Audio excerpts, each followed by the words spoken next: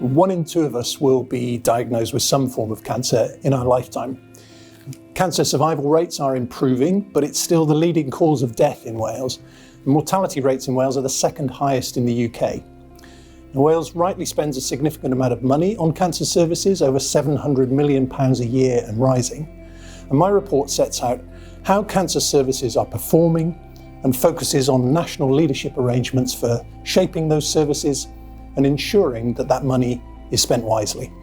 Encouragingly, cancer survival rates are improving.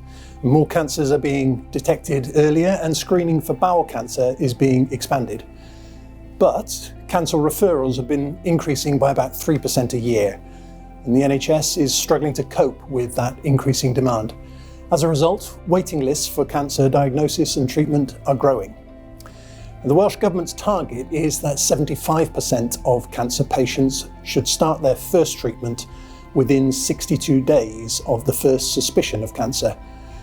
However, no health board has met that target since August 2020.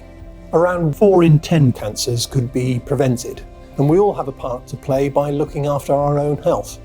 Lifestyle risk factors like smoking, drinking too much alcohol, poor diet, lack of exercise, these are all linked to increased risk of developing cancer and indeed many other major conditions.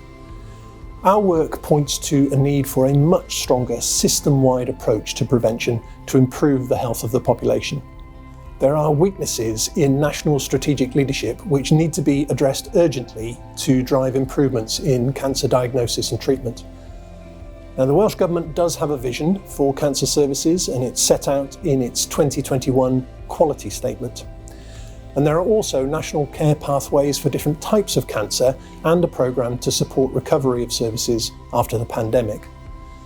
But all of this is undermined by confusion over how the Welsh Government expects its vision to be implemented. And we also need to see more clarity on the respective roles of the Welsh Government and the new NHS executive.